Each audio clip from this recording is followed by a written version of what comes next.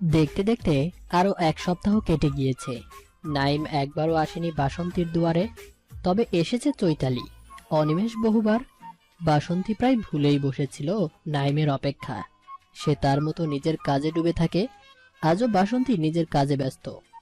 দোকানের হিসেব নিচ্ছে ম্যানেজারের থেকে, নিজের শোয়ার ঘরে বসেই।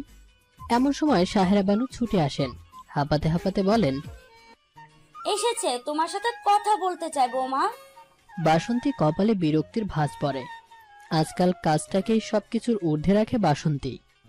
আইপ্যাডে চোখ রেখেই সে শুধায়, এভাবে দৌড়ানোর কি আছে মনি? যেই আসুক বসতে বলো, আমি কাজ শেষ করে আসছি নিচে। দুঃখিত মিসেস খান, আমি কারোর জন্য অপেক্ষা করতে অভ্যস্ত। পরিচিত ভার কণ্ঠ শুনে সচকিত হয়ে বিছানা ছেড়ে উঠে দাঁড়িয়ে দরজার দিকে দাঁড়ায়। নাইম ফাজ খান দাঁড়িয়ে অনিমেষ নেত্রে তাকে দেখেই যায় বাসন্তী। এই ছেলে, তুমি কে? নাইমের পুনরায় মুখ খোলায় ঘোর ভাঙে বাসন্তীর। জেদ চেপে যায় মাথায়। এতদিন খোঁজ খবর নেই, এখন এসেই তার উপর তদারকি কিছুতেই মেনে নিতে পারবে না সে। ও আমার শোরুমের ম্যানেজার নাহিদ, তাই না নাহিদ? জি জি ম্যাম। নাইমের বাজ পাখির ন্যায় তীক্ষ্ণ চাহনিতেই কেঁপে উঠছে সদ্য 22-এর গণ্ডি পেরোনো ছেলেটি। নাইম খুবই ক্রোধান্বিত আজ, দাঁতে দাঁত চেপে আদেশ করল, মিস্টার নাহিদ, আপনি আজ বাড়িতে যান। আজ আর কোনো কাজ নেই আপনার। যুবক কোনো শব্দ ছাড়াই ঘর ত্যাগ করে। নাইম ইশারায় সাহেরা ভানুকে চলে যেতে বলে। তিনিও নৈশব্দে দরজা চাপিয়ে চলে যান। কাজ হবে অফিসে, ড্রয়িং রুমে, বেডরুমে কিসের কাজ? ফাদার আমাদের না দেখি। বাসন্তী ক্ষুব্ধ চোখে তাকায় নাইমের কথা শুনে, বলে, আপনি বলার কে? নিশ্চয়ই আপনার সাথে মিডিয়ার লোকদের কাছে ইন্টারভিউ দেওয়ার আবেদন নিয়ে এসেছেন। আপনার কাছে তো তাই সব নিজের জীবনের পর, বাকি সবাই মরুক তাতে কি। এই বাক্য যেন অগ্নিমান হয় নাইমের জন্য। দপ করে নিভে যায় তার রাগ। মোটেও না, আমি আমার মেয়ে আর স্ত্রীকে দেখতে এসেছি, কোনো ইন্টারভিউর জন্য আসিনি। নাইম ফাজ খান যে সবকিছুই করে নিজের স্বার্থের বা নিজের ইমেজ আর সম্মানের জন্য, সে নাকি কোনো কারণ ছাড়া দেখতে এসছে, এটাও বিশ্বাস করতে হবে এখন? বিশ্বাস অবিশ্বাস তোমার বিষয়। আমার অন্তরের কথা একমাত্র আমার আল্লাহ আর আমিই জানি। যাকে এখন নাহিবাকে তৈরি করে দাও, নিজেও একটা ভালো সুতি শাড়ি পরে তার উপর একটা খিমার পরে নাও, ভালো দেখে। কেন? আমরা এক জায়গায় যাচ্ছি তাই। না, আমি কোথাও যাব না। নাহিবা আপনার মেয়ে, মন চাইলে তাকে নিয়ে যান। বাসন্তী মুখের উপর না করে দেয়, ইচ্ছাকৃত ভাবেই। যুবককে উত্তেজিত করার প্রচেষ্টা আর কি। কিন্তু তাকে অবাক করে নাইম চেহারাতেও রাগের ভাব আসে না, বরং বেশ শান্ত কণ্ঠে বলে, নাহিবা আমার মেয়ে, তুমি বুঝে কিছু নাও। আমার স্ত্রী তুমি। তুমি নিজে তৈরি হবে নাকি আমি তৈরি করবো, কোনটা? অনেকদিন প্র্যাকটিস না থাকলেও আমি পটু বড় এই কাজে। আজও পারবো। বুক মুচড়ে ওঠে বাসন্তীর, গলা শুকিয়েও আসছে বড়। প্রেমিকের রাগের উপর প্রতিবাদ করার শক্তি থাকে, তবে অসভ্যতায়, প্রেমের অসভ্যতা হেমলোকের মতন বিষাক্ত হলেও তা আপন মায়ায় বিমোহিত করতে কখনোই যেন ব্যর্থ নয়। তবু আজ বাসন্তী বিন্দু পরিমাণও দুর্বল হতে চায় না এই যুবকের সম্মুখে। নিজের অনুভূতির প্রতিটি বিন্দু বিন্দুকে গুটিয়ে নিল সে। বাহ, আজ আপনার মনে পড়লো আমি আপনার স্ত্রী। কটা মাস হয়েছে আমি আপনার বাড়ি ত্যাগ করেছি, একবারও তো খোঁজ নিতে আসেনি। যেহেতু ছেড়ে দিয়েছিনি, এখনো তেমনই থাকুন না। ভ্রুক্ষেপহীন নাইম, একটু বিচলিত হল না সে, বরং আগের মতোই গম্ভীর মুখশ্রী এবং শীতল ভঙ্গি তার। ছাড় দিয়েছিলাম, ছেড়ে দিইনি। খেয়াল করে দেখো দূরে, তবে আমার সীমানার মাঝে উড়েছে আজকাল। তোমাকে বলেছি না একদিন, আমার মৃত্যুতেও তুমি আমার ছায়াতল মুক্ত হবে না। তোমার ভালোর জন্যই তো আসেনি, যাতে নিজের এনজিও শোরুম আর কাছে মনোযোগ দিতে পারো ঠিকঠাক। আর দিয়েছেও তো। 1 মাসে তো বেশ ভালো পড়ছে এই তোমার স্টোর। যাক, এখন তাড়াতাড়ি তৈরি হও, মাদ্রাসার সবাই অপেক্ষা করছে আমাদের জন্য। আজ নানিমার মৃত্যুবার্ষিকী, বহু কাজ আমার। বাসন্তী নানিমায়ের মৃত্যুবার্ষিকীর বিষয়ে জেনে আর কথা বাড়ায় না, চুপচাপ আলমারি থেকে কাপড় চোপড় নিয়ে ওয়াশরুমে চলে যায়। পূর্ণতাকে বেলে মাছের ঝুরি রান্না শেখাচ্ছে ফাহিমের খালা সামিরা। যুবতী নিজ উদ্যোগে শিখছে। রান্না শেষে পূর্ণতার হাত ধরে বিনীত ভঙ্গিমায় তিনি বলেন, মা, তুমিই আমার শেষ বিশ্বাস। আমার ছেলেটা, আমি নিঃসন্তান বাবাহারা ফাহিমকে বুকে আগলে পেয়েছি। আমি আর আমার স্বামী। আমার স্বামীর মৃত্যুর পর ফাহিমদের সাথেই থাকতাম, কিন্তু চৈতালিকে বিয়ে করে আনার পর খেয়াল করলাম মেয়েটা প্রায়শই ফাহিমের সাথে তর্ক জুড়ে দেয় আমার থাকা নিয়ে। তাই ছেলের মায়া ছেড়ে স্বামীর ভিটেতেই চলে যায়। তাও যদি সুখ হয় ছেলের, ফাহিম কত আসতে বলেছে, আসেনি আর একবারও। শেষে ফাহিম অনেক আকুতি মিনতি করে তার প্রয়োজন বলে, জানাই চৈতালি আর তার নাকি ডিভোর্স হচ্ছে। সেও সত্য সুস্থ হয়েছে অ্যাক্সিডেন্ট থেকে। আমি ছুটে আসি, জানি তো আমার ছেলেটা কত ভালোবাসে মেয়েটাকে। ফাহিমের বোন মানে আমার ভাগ্নি থেকে জানতে পারি চৈতালির কুকর্ম। এরপর প্রতিদিন আমার ছেলেটাকে ভাঙতে দেখেছি। ভাবলাম বিয়ে দিলে ঠিক হবে, কত যে মেয়ে দেখালাম, সে মানল না। আমার মনে হলো চৈতালিই পারে তাকে সুখ দিতে। ভাবলাম বুবুকে নিয়ে না হয় আমি আমার বাড়িতে রাখবো, তবুও মেয়েটা ফিরুক, আমার ছেলের সংসার করুক এবার। চৈতালিকে কতবার কল করেছি, নির্দয়া আমার পরিচয় দেওয়া মাত্রই কেটে ব্লক করে দিয়েছে। তুমিই এখন একমাত্র আশ্রয় মা। আন্টি, আপনি যে কি বলেন না, আমার এত বড় কলঙ্কিত অতীত সত্য যেন মাত্র আপনি আশ্রয় দিয়েছেন। এই ঋণই তো আমি কোনো কালেই শোধ করতে পারবো না, যেখানে আমার আপন বাবা মায় আমাকে আমার দ্বিগুণ বয়সী লোকের কাছে টাকার বিনিময়ে। তাদেরও কি দোষ? আমার তো বিয়েই হচ্ছিল না। হু হু করে কেঁদে দেয় পূর্ণতা। মধ্যবয়স্ক নারীটি আদরের ছেলে চোখজোড়া মুছে দেন। কাঁদিস না, যা হয়েছে তাতে তোর দোষ ছিল না। কত মেয়ে ছেলে যৌবন সামলাতে না পেরে কিংবা টাকার বিপরীতে সতীত্ব বিলিয়ে দেয়। তোকে তো কিছু জানোয়ারটা, তুই পবিত্র, তোর কেন হবে পীড়া? অপবিত্র তো ওই জানোয়ারগুলো। আল্লাহর কাছে চা, নিজে পরিশ্রম দে, সব ঠিক থাকলে তোরও ভরা সংসার হবে আমার ফাহিমের সাথে। তাই তো চাই, সাক্ষী আমার প্রতিটি ইবাদত। ফাহিম আর আপনারা আমার শেষ আশ্রয়, নইলে মৃত্যু ছাড়া উপায় নেই। আমি না বললেও আমি আমার সর্বোচ্চ দিব, কিন্তু আমার সত্য জেনে গেলে উনি যদি ঘৃণা করে আমায়, ওনার ঘৃণা আমি নিতে পারবো না। আমরা সুশিক্ষিত পরিবার পূর্ণ, আমার ছেলেও আমার শিক্ষায় শিক্ষিত। এতটা ছোট মন ওর হবে না যে তুই যেই ভুলে সামান্যতম দোষেই নয় তার জন্য তোমাকে শাস্তি দিবে। শুধু একবার ওর মনে একটু জায়গা করো, তোমাকে রানীর মতন রাখবে, যেমনটা রাখতো চৈতালিকে। আফসোস মেয়েটা বুঝলো না। ফাহিমের খালা সামিরা রহমানের মুখে তৃপ্তির হাসি। তিনি জানেন এই মেয়ে সুখী করবে ফাহিমকে, কারণ যে নিজে এতটা যন্ত্রণা পেরিয়েছে, এতটা অপ্রাপ্তির মধ্য দিয়ে গিয়েছে, সে আর যাই হোক আগত সুযোগ আগলে রাখতে ভুল করবে না। সামিয়া রহমানের পূর্ণতাকে দেখার পর থেকেই কেমন চেনা চেনা লাগছিল। পরিচিত এক মেয়ের সাথে যেন সাদৃশ্য পাচ্ছিল। পরে মনের ভুল ভেবে নেয়, কিন্তু 3 দিনের মাথায় রাতে পানি পান করতে উঠলেই পূর্ণতার তাহাজ্জুদের নামাজ করার আকুতি শুনে জানতে পারেন তার ভ্রান্তি সঠিক। তিনি শুনতে পান পূর্ণতা মোনাজাতে আল্লাহর কাছে আবেদন করছে, আল্লাহ, আমার উপর সদয় হও। কি এমন গুনাহ করেছি আমি আল্লাহ, যার জন্য আমার সাথেই এমন হলো? ওই পশুটা আমাকে সারাটা রাত খুব লিখেছে, অথচ মানুষের চোখে দোষী আমি। জীবনে কোনোদিন পর্দা ছাড়া বের হইনি, গায়রে মারহামের সাথে কথা অবধি বলিনি, তবুও আমি চরিত্রহীন। আমার পরিবারের কাছেও কেন কেন পৃথিবী ঘৃণ্য চোখ থেকে বাঁচতে 4 দেওয়ালের মাঝে বন্দী হয়েছে আজ থেকে 2 বছর আগে। কিন্তু তাতে কি আর আপন মানুষের কটাক্ষ থেকে বাঁচা যায়? পরের দেওয়া কষ্ট লাঞ্ছনা মানা যায়, তবে আপন মানুষের? আমারও তো স্বামী সংসারের আকাঙ্ক্ষা আল্লাহ, তবে কেন আমাকে এত অযোগ্য করা হলো এসবে? কেন আজ আমি আমার পরিবারের কাছে খদ্দরের কাছে বিক্রি করার এক পণ্য হয়ে গেছি?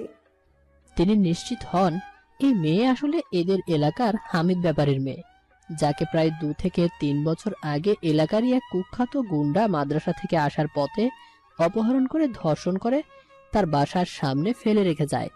এই ঘটনার পর মেয়েটিকে আর কোনোদিন বাড়ি থেকে বের হতে দেখতে পাওয়া যায়নি। বহুদিন না দেখাতেই চিনতে একটু সন্দেহ হচ্ছিল সামিরা রহমানের। পরে সামনে এসেই পূর্ণতাকে তিনি জিজ্ঞাসাবাদ করেন, জানতে পারেন কেন পূর্ণতা বাড়ি থেকে পালিয়েছে আর কতটা প্রয়োজন তার এই আশ্রয়। সব শুনে আর ঘাটেন না বিষয়টা তিনি। হুট করেই তার দৃষ্টি আকর্ষণ করে ফাহিম ও পূর্ণতার বন্ধুসুলভ সম্পর্ক। আশার প্রদীপ জ্বলে ওঠে তার হৃদয়ে, যদি এবার একটা গতি হয় একমাত্র পুত্রের। তারপর থেকেই তার প্রতিটি কর্ম দোয়ার অন্তরালে শুধু পূর্ণতা ও ফাহিমের মিলনের আকাঙ্ক্ষা।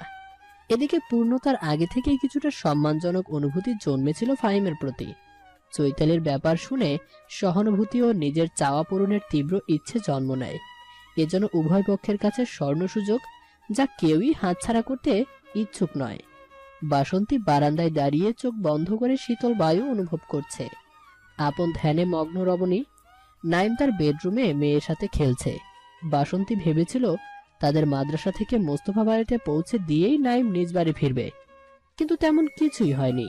বরং সে নিজেও ঢুকেছে এই বাড়িতে, সেই যে ঢুকেছে আর বের হয়নি। কেমন আছো? যেমন রেখেছিলেন তার চেয়ে অনেক ভালো। তবে ভালোতে আদৌ ভালো আছে কিনা তা জানা নেই। অভিমান প্রচুর আমার ওপর। অভিমান তো ভালোবাসার মানুষের উপরেই থাকে। তবে ভালোবাসা বুঝি ফুরিয়ে গেছে তিক্ততায়, বিষে ভুলে গেছো? ভালোবাসা কখনোই ফুরিয়ে যায় না, তবে ভালোবাসা যখন অতিরিক্ত তিক্ততায় প্রলেপ যুক্ত হয়ে পড়ে তখন তার বয়ে বেড়ানো যায় না। তাছাড়া যে আমাকে ভালোই বাসেনি কখনো, যাকে সর্বক্ষণে আমি ভুল ভেবেছি, ভুল চিনেছি, তাকে আবার কি করে ভুলবো? যদি আজ বলি ভালোবাসি। রায় সাহেব, অভিনয়টা আবারও বড্ড অকৃত্রিম, তবু আজ মন গলেনি। দীর্ঘশ্বাস ফেলল নাইম। গম্ভীর গলা কেঁপে কেঁপে উঠলে যেন। ক্ষমা চাইবো না, আমার চোখে আমি তা পাওয়ার যোগ্যতা রাখি না। শুধু এটুকু বলবো, অসুস্থতা আর বিরহ আমাকে তোমায় ভালোবাসতে শিখিয়েছে বসন্ত। বেরিয়ে গেল সে। বাসন্তীর ধ্যান ভগ্ন হলো। তার কাছে মনে হলো পুরো ঘটনাটি একটা স্বপ্ন মাত্র। তবুও মন আনচান করছে তার। দ্রুত বাহিরে যেয়ে সারা ঘর দেখল। নাহিবা ঘুমিয়ে আছে, তবে নাইবের অস্তিত্ব যেন বিলীন হয়ে গিয়েছে। নিচে নামে সে। সায়রা বানুকে জিজ্ঞেস করতেই তিনি জানান নাইম বেরিয়ে গিয়েছে কয়েক মিনিট আগেই। হন হন করে নিজের ঘরে চলে আসে সে। অশ্রুসিক্ত হয়ে পড়ে বাসন্তীর চোখ জোড়া। পরক্ষণেই ঋণী ঋণে গলায় বলল, যা হয়েছে ভালোই হয়েছে, না হলে কি আর মনটাকে এত খুলে রাখতে পারতাম তার সামনে? না হলে রাগে, না হলে আবেগে অনুভূতিগুলো চাপা পড়তই। বেশ কয়েকদিন কেটে গিয়েছে নাইমের নানিমায়ের মৃত্যুবার্ষিকীর। এর মাঝে একবারও নাইম আর এই বাড়ির দুয়ারে আসে নেই। বাসন্তীর দিন কেটেছে কাজে ডুবে, আর রাত্রির সমাপ্তি ঘটেছে নাইম নামক অনুভূতিতে নিমজ্জিত হয়ে। বাসন্তী বর্তমানে উষ্ণ চা একটু একটু গলধকরণ করতে করতে ভাবছে, তার তো খুশি হওয়াই উচিত, ফিরে যাওয়া উচিত নাইমের কাছে। বাসন্তীর তো জীবনে এই একটাই অপূর্ণ স্বপ্ন, কামনাই ছিল। তবে এখন যখন স্বপ্ন পূরণ হয়েছে, সে আগলে নিচ্ছে না কেন? উত্তর পেল না। শুধু জানে তার মনের গহীনে কোনো একটা কিছু আছে যার দ্বারাই বাধাপ্রাপ্ত সে। কি তা জানে না। ভাবনার মাঝেই দুজন গৃহ পরিচারিকা হাসাহাসি ও কথোপকথন শুনতে পায় সে। জানিস, ছোট মালিকের ইন্টারভিউ দেখাচ্ছে আরশ চ্যানেলে। কি যে সুন্দর লাগছে না ওনাকে, মন চাচ্ছে ঠাস করে একটা চুমু দিয়ে দিই। তা যা বলেছিস, তার উপর ওনার গান। আরে ছোট মালিকের তো বিশেষত্ব এটা যে উনি কোনো প্রকার বাদ্যযন্ত্র ছাড়াই গান গায়। ওনার গানের গলা তো পুরোই মধু। রাগে গা পিলপিলাচ্ছে বাসন্তীর। ভেঙচি কেটে বলল, আমার জামাই দিকে জরিনা থেকে ক্যাটরিনা সবাই নজর কেন দেয় বুঝি না। তারপর কিছু একটা ভেবেই বেডরুমে ঢোকে সে। ছোট্ট একটা 12 ইঞ্চির এলসিডি লাগানো রুমটায় সেটা ছেড়েই ইন্টারভিউ বের করে বসে সে। সে চ্যানেলটি আনতেই দেখতে পায় ইন্টারভিউয়ার নাইমকে বলছে, বাসন্তী ম্যামও আপনার সম্পর্কে নিয়ে অনেক ধোঁয়াশা। এই বিষয়টা নিয়ে আপনারা কেউ মুখ খুলছে না কেন? ধোঁয়াশাময় বিষয়গুলোই বেশ আকর্ষণীয়। তবে আমাদের সম্পর্কটাও না হয় তেমনই থাক। আপনাদেরও তো লাভ, এতে টিআরপি তো এই সুযোগে ভালোই লুটছেন। জবাব দিয়েই ভুবন ভুলানো মুচকি হাসি দিল নাইম। নীল চোখজোড়া যেন ঝলকানি দিয়ে উঠল সাথে। অষ্টাদশী যুবতী ইন্টারভিউয়ার অপমান বোধ করলই না, বরং নজর ঝুঁকিয়ে লজ্জারাঙা হাসি দিল। স্যার, এভাবে হাসবেন না। আপনার হাসি যে কত হৃদয়ঘাতক তা যদি জানতেন। আর শ্যামকরণের নির্মূলিত, আহা, যাকে একটা গান শোনাবেন না এতদিন পর ফিরে এসে? একটা নতুন গানই গাই, প্রিয়কর উদ্দেশ্যে লেখা। অবশ্যই। নাইম গাইতে শুরু করলো। তুই ছিলিস, তুই আছিস, তুই আমার আকাশে রংধনু হয়ে ভাসিস, তুই ছিলিস, তুই আছিস। বাসন্তীর সারা শরীর শিহরিত হলো। এই প্রথমবার নাইমের গান শুনে এমন বোধ করছে। কারণ একটাই, এই প্রথমবার নাইম প্রকৃতপক্ষে অনুভূতি নিমজ্জিত কিছু তার জন্য গেয়েছে, আর তা বোধ করার ক্ষমতা রমণীতা রাখে। তবুও যে তৃষার্ত এই পথিক নাইমের আকুতি তার হৃদয়ের মরুভূমি ভেজালো না, এমন কোনো অনুভূতির বাদ দিয়েছে কে জানে। ফাহিম দরজা খুলতেই দেখে কুর্তি পায়জামা পরিহিতা এক রমণী সামিরা রহমানের ঘরে গলা ছেড়ে গান গাচ্ছে। অর্ধভেজা চুলে ঢেকে আছে হাঁটুর নিচ অব্দি। উল্টো দিকে ফিরে হাঁটায় ঠিক দেখতে পাচ্ছে না যুবক, যদিও সে জানে এই নারীর পূর্ণতা। নেশা লাগিল রে, বাঁকা দুনয়নে নেশা লাগিল রে। গাইতে গাইতে দরজার দিকে ঘুরতেই হতবাক হয়ে গেল পূর্ণতা। নিজের হাত দিয়ে গা জড়িয়ে নিল। ফাহিমও তড়িৎ গতিতে উল্টো দিকে ঘুরল। তুমি দরজা বন্ধ করনি কেন? আর কাপড় চোপড় ঠিকঠাক রাখতে পারো না? এটা তো তোমার পরপুরুষ থাকে। সখা আপন ছাড়িয়াছে মোরে, পরে করে লালন। এখন আর কেই আপন আর কেই পর। ওড়না গায়ে মাথায় জড়াতে জড়াতে উত্তর দিল। আজও পূর্ণতার কথার মানে ধরতে পারল না ফাহিম। মানে?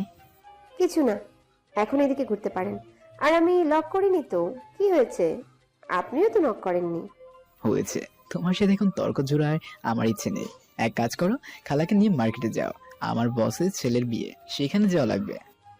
তো কাপড় চোপড় কেনা লাগবে না, তোমার তো বিয়েতে পড়ার মতো তেমন কিছু নেই। আপনি কেন দিবেন? কে আপনি আমার? চকচকিয়ে গেল ফাহিম, নিরুত্তর রইল। পূর্ণ দৃষ্টিতে একবার তাকিয়ে হাড় তাড় করে বেরিয়ে গেল। পূর্ণতা হাসল, তারপর তৈরি হয়ে মার্কেটে চলে সামিরা রহমানকে নিয়ে। সেখানে পরিচিত মুখে চোখ পড়তেই তাড়াতাড়ি সামিরা রহমানকে নিয়ে বাড়ি ফিরে সে। চৈতালি দোলনায় বসে চন্দ্রবিলাস করছে। খানবাড়ির ছাদটায় বিশেষ এক ব্যবস্থা আছে। ছাদের উপর ছোট্ট 2 কামরার ঘর, উপরে মুন রফ করা। চন্দ্রবিলাসের জন্য একটা স্থান চৈতালির খুব ভালো লাগে এখানে। তবে আফসোস, ভালো লাগা ভাগাভাগি করার মতো মানুষ নেই। সে নিজ উদ্যোগেই হারিয়েছে। আনমনেই বিড়বিড়ায় সে, অনুভূতি তুমি কেন এত একা? বিবেক তুমি কেন দাওনি আগে সারা? মিস সৈতি, এত রাত করে এখানে কি করছেন? মেয়েদের জিন ভূতের ভয় থাকে, আপনার নেই বা কি? হাসিমাখা কণ্ঠ ও মুখশ্রীতে শুধালো অনিমেষ। এগিয়ে দিল বাম হাতের 1 কাপ কফি। চৈতালি ম্লান হেসে হাতে নিল তা। এক চুমুক মুখে নিল। বাহ, বেশ ভালো বানান তো আপনি। হয়তো আগে রাত জেগে পড়ার জন্য বানাতে বানাতে ভালো হয়ে গেছে মনে হয়। নিঝুম রাত্রি, নিশ্চুপ 2 মানব। অনিমেষ একবার পলকহীনভাবে চৈতালিকে পর্যবেক্ষণ করল। ধূসর রঙের 3 পিস পরনে, জীর্ণ ফ্যাকাশে চেহারা, মলিন হাসি, কষ্টে টুইটুম্বুর দাগ পড়া নয়ন যুগল। তবুও কেন যে স্নিগ্ধ লাগে, হয়তো পবিত্রতার ছাপ তা। খুকু করে শুকনো কেশে নীরবতায় বাধা দান করে অনিমেষ। চৈতালি চোখ তুলে তাকায় তার দিকে, জিজ্ঞাসু দৃষ্টি রমণীর। শুকনো ঢোক গিলে যুবক। মাইন্ড করবেন না, একটা প্রশ্ন করব?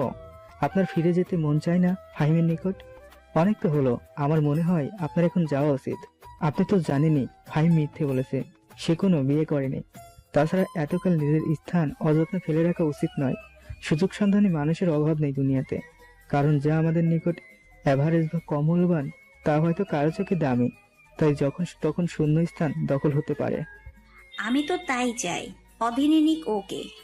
আমি ওর যোগ্য আর নই, বিশ্বাস করেন। ক্ষমা চাওয়া তো দূরে থাক, ওর সামনে দাঁড়ানোর অবধি আমার সাহস নেই। তার উপর আপনারা সিঙ্গাপুরে যাওয়ার পর অনেক অসুস্থ হয়ে পড়েছিলাম। ডাক্তার দেখিয়ে জানতে পেরেছি আমার মা হওয়ার চান্স খুবই কম। অনেক তো পুড়িয়েছ ছেলেটাকে। নিজের অপূর্ণতার ভোগান্তি ওর হক চায় না। ও ভালো থাক অন্য কারোর সাথে, যে পরিপূর্ণ করবে ওকে। চৈতালির কথায় ফ্যাল ফ্যাল চাহনিতে তাকায় অনিমেষ। সেদিকে ধ্যান নেই চৈতালির। সে কেমন যেন বিব্রত হয়ে পড়েছে, সব ছেড়ে ছুড়েই নিচে চলে যায় সে। অনিমেষ সেখানে ঠায় দাঁড়িয়ে থাকে। শুক্রবার দুপুর গড়িয়েছে মাত্র, তবুও উষ্ণ পরিবেশ। ফাহিম নতুন প্রজেক্ট সম্পূর্ণ করায় ব্যস্ত। পূর্ণতা ফাহিমের মায়ের পা মালিশ করে দিচ্ছে, সাথে সামিরা রহমানের সাথে পুরো দমে আড্ডা তো আছেই। এমন সময় ক্রিং ক্রিং শব্দে ধ্যানভঙ্গ হয় সবারই। পূর্ণতা সামিরা রহমানকে উদ্দেশ্য করে বলল, আন্টি আপনি বসেন, আমি দেখছি কে এসেছে। লক ঘুরিয়ে দরজা খুলে চোখ তুলে কে এসেছে দেখার আগেই জোরালো এক থাপ্পড় পড়ে পূর্ণতার গালে। রমণীর স্নিগ্ধ শুভ্র কপাল গোলাপের ন্যায় টকটকে লাল হয়ে ওঠে। হাতের ছাপ বসে গেছে। স্তম্ভিত হয়ে তাকাতেই দেখতে পায় তার বাবা হামিদ ব্যাপারী ভাই প্রবীণ ও কিছু মানুষজন দাঁড়িয়ে। সে অস্পষ্টভাবে বাবা শব্দটি উচ্চারণ করতেই ধমক দিয়ে ওঠেন হামিদ ব্যাপারী। চুপ, তোর এই পাপে মুখ নিয়ে আমার নাম উচ্চারণ করবি না। লজ্জা করে না? একবার তো আকাম করায় মান ইজ্জত করলি, আবার মারলি ভাইকে। আরে আব্বা, ও আপনার কথা ভাববে কেন? না জুটাইছে না? প্রবীণ রাগান্বিত সুরে ফুপিয়ে কেঁদে ওঠে পূর্ণতা। হামিদ ব্যাপারীর মেয়ের অশ্রুতে কোনো ভাবনা নেই। তিনি বকা দিতে দিতে সেই সময়টুকু পাচ্ছেন না। চেঁচামেচি শুনে বসার ঘরে আসে ফাহিম ও সামিরা রহমান। সামিরা রহমান প্রথম দেখতে পান হামিদ ব্যাপারীকে চিনে ফেললেন, তাই তিনি কথা না বাড়িয়ে পূর্ণতাকে আগলে নেন। ফাহিম ভ্রুকুচকে জিজ্ঞেস করে, আপনারা কারা? ভদ্রতা বজায় রাখুন। আর পূর্ণতা, তুমি কাঁদছো কেন? আমরা কারা? তুমি যেই মেয়েকে নিয়ে ভাগছো আমরা সেই মেয়ের পরিবার। বিয়ে তো করবা না আমার মেয়েরে, শুধু ফাতরামি করতে আনছো। বুঝি না আমি। হোয়াট? কার কথা বলছেন আপনি? ওয়েট, পূর্ণতার কথা? আপনি ভুল বুঝছেন। আমি অফিস থেকে ফেরার পথে দেখি কিছু নেশা করছিল, ওর ক্ষতি করার চেষ্টা করছিল। আমি ওকে বাঁচাই, তারপর জানতে পারি ও কানাডায় স্টুডেন্ট ভিসা পেয়েছে। তার রেখে নাকি আপনারা একে বড়ুর কাছে বিয়ে দিয়ে দিচ্ছেন, তাই ওকে আমি আশ্রয় দিয়েছি। এই তো দিন কয়েক সামনেই ওর ফ্ল্যাট। পূর্ণতা, তুই ওকে এসব বলেছিস? ভীত মুখশ্রী নত দৃষ্টিতে কোন রকম মাথা ঝাঁকায় পূর্ণতা। শুনে হামিদ ব্যাপারী হুঙ্কার দিয়ে ওঠেন, আরে আপনি রাখছেন কেন? আপনার তো আলহামদুলিল্লাহ বলা উচিত। আপনার মেয়ে সেফ আছে, আবার এত ভালো পর্যায়েও যেতে পারছে, কোনো ক্ষতি তো হয়নি। আর কি ক্ষতি হবে? যা ক্ষতি হওয়ার তো 3 বছর আগেই হয়েছিল। ব্যাধিত কণ্ঠ বয়স্ক পুরুষটির। সামিরা রহমান আবেদন করেন, ঘরে বসে কথা বলি ভাই সাহেব, মানুষজন দেখছে, খারাপ দেখায় বিষয়টা। সামিরা রহমানের দিকে না তাকিয়েই সায় জানান হামিদ ব্যাপারী। ছেলেও সাথে আসা লোকগুলোকে নিয়ে সোফায় বসেন। চোখ উঠিয়ে খেয়াল করেন সামিরা রহমানকে। ভাবি, আপনি মোতালেব ভাইয়ার বউ না? আপনি তো আমার মেয়েকে চিনেন, তবে জানলেন না কেন? সবই তো জানা আপনার। একটু অপ্রস্তুত হয়ে পড়েন সামিরা রহমান। ফাহিমের কৌতূহল ক্ষণে ক্ষণে বাড়ছে। উত্তেজনা ধরে না রাখতে পেরে জিজ্ঞেস করে, এখানে কি হচ্ছে? আমাকে কেউ বোঝাবে? আসলে বাবা, এই শয়তান মেয়ে তোমাকে মিথ্যা বলেছে। ওর 3 বছর ধরে পড়ালেখা বন্ধ করেছি, স্কলারশিপ পাবো কোথা থেকে? 3 বছর আগে একজন ওকে ধর্ষণ, এরপর আর পড়তে দেয়নি। তাও যদি মানুষ ভুলে এই কলঙ্কিনী কলঙ্ককে ভেবে, বিয়েও হচ্ছিল না ওর। আমি এত কষ্ট করে পাত্র জোগাড় করলাম, এই মেয়ে আমার কথা না মেনে ভেগে গেল। বিয়ে ঠিক করনি তুমি আমার আব্বা। এক 60 বছরের বৃদ্ধির বিছানার সাথী হওয়ার জন্য আমাকে বিক্রি করছো তুমি। তোমার ছেলে চাকরির জন্য টাকা জোগাড় করতে হবে না? বেয়াদব মেয়ে। প্রবীণ চেঁচিয়ে ওঠে শরীরের সর্বশক্তি দিয়ে মারতে নেয় পূর্ণতাকে। ফাহিম বাধা দিয়ে ঢাল হয়ে দাঁড়ায় পূর্ণতার সম্মুখে। ছি, কি নোংরা মানুষ আপনারা! সবশেষে নিজের ঘরের সম্মান বিকাতে বসেছেন। খারাপটা কি? ছোটবেলা থেকে এই হারামজাদিকে খাইয়ে পড়িয়ে বড় করেছি। ওর দ্বারা একটু টাকা উঠালে সমস্যা কোথায়? আর ছেলে, তুমি কে আমার বিষয়ে বলার? আমি ওর গার্ডিয়ান। দাম্ভিকতার সুর স্পষ্ট। পূর্ণতা, তোমার বয়স কত সার্টিফিকেট অনুসারে? 20 পেরিয়েছি এবার। শুনেছেন, ও এখন অ্যাডাল্ট। আপনাদের দরকার নেই। তা আপনারা এখন নিজেরা আমার ঘর থেকে বের হবেন, না আমি পুলিশ ডাকবো? হামিদ ব্যাপারী একবার তীক্ষ্ণ দৃষ্টিতে ফাহিমকে দেখে, সবাইকে নিয়ে বেরিয়ে যান। আমাকে এভাবে ধোকা দিয়ে তুমি ঠিক করনি পূর্ণতা। রাগান্বিত কণ্ঠে বাক্যটি উচ্চারণ করেই হনহন করে নিজের ঘরে চলে যায় সে। হামিদ কাঠের জীর্ণ চেয়ারে বসে ভয়ে কাঁপছে। সামনের মানুষটি যে ক্ষুব্ধ হয়ে পায়ে পা তুলে বসে। নাইম নিশ্চুপ হয়ে পর্যবেক্ষণ করছে এই যুবককে। আজ তার মেজাজ বেশ চোটে। শুধুই রেগে নয়, সে ঈর্ষান্বিতও। সদ্য যুবক এই চাপদাড়িওয়ালা ছেলের কাছে কেন যেন ছোট ছোট লাগছে নিজের নাইমের। বয়স তো আর কম নয়, 30-এর গণ্ডি পেরিয়েছে অনেক সময় এখন। নিশ্চয়ই বাসন্তীর কাছে তার বয়সসীমা ছেলের মূল্যই বেশি হবে। সকালে যখন বাসন্তীর পেছনে আটার মতো লেগে থাকতে আদেশ দেওয়ায় গুপ্তচর ভিডিও পাঠালো, ছেলেটির সাথে বাসন্তীর রেস্টুরেন্টে বসে হাসাহাসির সেই মুহূর্তেই ঢাকার বাড়িধারা থেকে তুলে খানবাড়িতে আনার নির্দেশ জারি করে সে। আবার দোকানের সিসিটিভি ফুটেজ দেখেও অমর্ষিত হতে বাকি নেই তার। কত বড় সাহসী ছেলের, তার বসন্তকে দেখে মুচকি হাসে, পর্যবেক্ষণ করে। আর থাকতে না পেরে নীরবতা ভাঙিয়েই নাহিদই প্রশ্ন করে, স্যার আমি কি কোনো ভুল করেছি? আমাকে কেন তুলে আনা হয়েছে? আসন দেখে কেমন লাগে তোমার? এমন বেমানান প্রশ্নে ঘাম ঝরে যায় যুবকের। নাইম চোখ রাগিয়ে তাকিয়ে তার দিকে। কেউ উত্তর দিচ্ছ না কেন রাস্কেল? খারাপ লাগে না স্যার, ভালোই তো ম্যাডাম, বুদ্ধিমতী, বুঝদার, দয়াশীল। কোন রকম হেসে আমতা আমতা করে জবাব দেওয়ার চেষ্টা করে নাহিদ। নাইম তৃপ্তি পায় না যেন, চেয়ার থেকে উঠে নিজ চেয়ারটাই লাথি মেরে ফেলে দেয় সে। নাহিদ বুঝলো প্রকৃত অর্থে আঘাতটা তার উদ্দেশ্যে ছিল। শোনো ছেলে, যা আমার তা অন্য কারোর সামনে আসা পছন্দ নয়। তাকে কেউ স্পর্শ করুক তো দূরে থাক, মুগ্ধ চোখে দেখলেও সেই চোখটা নষ্ট করতে আমার হাত কাঁপে না, বুঝলে তো? আর আমার সব থেকে প্রিয় এবং দামি রত্ন হলো বসন্ত। তার সাথে রেস্টুরেন্টে বসে কেউ হাসাহাসি করবে, চা তন্দুরি খাবে, এ আমার সহ্যের বাইরে। ওই মানুষটাকেই না আমি আগুনে ফেলে তন্দুরি বানাবো। তুমি বলো, ভালোবাসার মানুষের সাথে কাউকে সহ্য করা যায়? নাহিদের চেয়ারের দিকে ঝুঁকে অন্যদিকে তাকিয়ে ছটফট ভঙ্গিমায় কথাটা বলে জিজ্ঞাসু দৃষ্টিতে নাহিদের চোখে চোখ রাখে। তার ঠোঁটের কোণে অতি পরিচিত ক্রূর বাঁকা হাসি। নাহিদ ভালোই বুঝলো নাইমের ইঙ্গিতময় কথাবার্তা। তার বেহাল দশা মূত্রত্যাগ করেনি সে সকাল থেকে। ভয়ে না ইজ্জত ভ্রষ্ট হয়ে যায়। ভয়ে ভয়ে মাথা ঝাঁকায় সে। নাইম যুবকের মাথার চুলগুলো বাঁ হাতে এলোমেলো করতে করতে শুধায়, যাকে সেসব শুনলাম তোমার নাকি ম্যানেজারের পোস্টে চাকরিটা করতে ভালো লাগছে না। তাহলে আগামীকাল থেকে আর চাকরিতে যাচ্ছ না, বাসায় থাকছো, তাই তো? সঙ্গে সঙ্গে মুখ খুলল নাহিদ। হ্যাঁ, আমি আর কোনো চাকরি বাকরি করবো না, বাড়ি যেয়ে মধুমেহকে কল করে রিজাইন করব। নাহিমের চোখে মুখে তৃপ্তি। পাশের কালো পোশাকধারী তরুণ দুজনকে ইশারা করতেই নাহিদের হাত ধরে তার কক্ষের বাইরে চলে যায়। পাশে দাঁড়িয়ে আপন ধ্যানে মুড়ি চাবাতে থাকা অনিমেষকে উদ্দেশ্য করে বলে, দেখলি কেমন সাহায্য করলাম ওকে? আর কোনো ছেলে যাতে বাসন্তের আশপাশও না আসে, স্পেশালি অল্প বয়স্ক ছেলে তো নাই।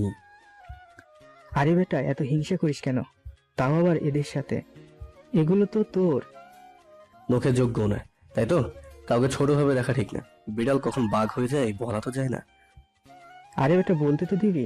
আমি কি কমন ডায়লগ দিব না?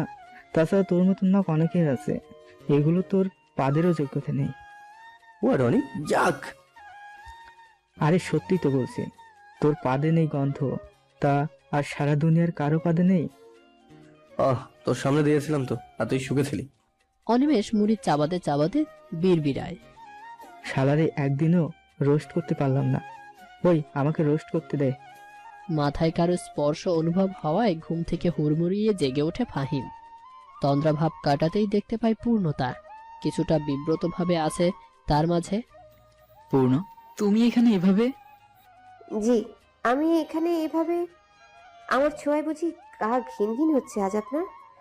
কারণ বুঝি আমি দোষিতা, কারো ব্যবহার্য বলেই? কিন্তু এখানে আমার কি দোষ ছিল? আমি তো ইচ্ছে করে করিনি এসব। আপনিও তাড়িয়ে দিবেন আমায়? ফুপিয়ে ফুপিয়ে নাকে কানে লালচে আভা ছড়িয়ে কেঁদে ওঠে রমণী। সামলাতেই একটু এগিয়ে যায়, গাল মুছে দেয় ফাহিম। উদ্বিগ্ন চিত্তে শুধায়, তুমি ভুল ভাবছো পূর্ণ, আমি তোমাকে এটা বোঝাইনি। না, তোমাকে আমি তাড়াবো, তোমার দোষ নয় তা। এতটা কাছে তো কখনো আসেনি, তাই এটা ঠিক নয়। আপনি আমাকে তাড়িয়ে দিবেন না ভালো, তবে কেন আপন করে নিচ্ছেন আমায়? বুঝেন না ভালোবাসি? এত অবুঝ কোনো পুরুষ হয় না যে নারীর ভালোবাসার আবেদন বুঝবে না। থমকে যায় ফাহিম। সত্যিই সে প্রতিবার বুঝেছিল পূর্ণতার আবেদন ইশারা, তবে প্রতিক্রিয়া স্বরূপ ছিল শুধুই না বোঝার ভান। কারণ কোথাও একটা বাধা, কিসের বাধা কে জানে। হয়তো অতীতের প্রথম প্রেমের সম্পর্কের টানে। জাগতিক দৈহিক মানসিক চাহিদা ও নিসঙ্গতার কাছে হার মানা ক্লান্ত মস্তিষ্ক বারবার বলেছিল এ ইশারায় সাড়া দিতে। যুক্তি দেখিয়েছিল একা সারাটা যৌবন কাটানো খুব করুণ, তার চেয়ে মুশকিল নিঃসন্তান জীবন, আর সবচেয়ে কঠিন বার্ধক্যে একা কাটানো। তবুও হৃদয়ের কোনো এক কোণ থেকে গহীন থেকে বাধা এসে সাড়া দেয়নি, আজও পারল না। পূর্ণ, নিজে ঘরে যাও, তোমার হুঁশ নেই উত্তেজনায়, পরে কথা হবে। আমার জ্ঞান একদম ঠিক আছে। এত লুকোচুরি কেন ফাহিম? চৈতালি আপু তো চলে গেছেন, একবারও ফিরে তাকাননি। আমাকে কেন কাছে টেনে নিচ্ছেন না আপনি? যত যাই হোক, চৈতালি এখনো আমার স্ত্রী, আমি বিবাহিত, তা এতটাও ভুলো না। ওর থেকে দূরে থাকলেও তালাক দেওয়ার ক্ষমতা আমার নেই। কবুল করলাম ফাহিম। তুমি বুঝছো না কেন পূর্ণ? আমাকে বিয়ে করা মানে ধ্বংস বইকে কিছুই না, কারণ আমি চিনি আমাকে। চৈতালি যতই ভুল করো, চক্ষুর সম্মুখে ওর আকতি দেখলে সারা দুনিয়া ছেড়ে আমি ওর দিকেই অগ্রসর হব। তখন মেনে নিতে পারবে?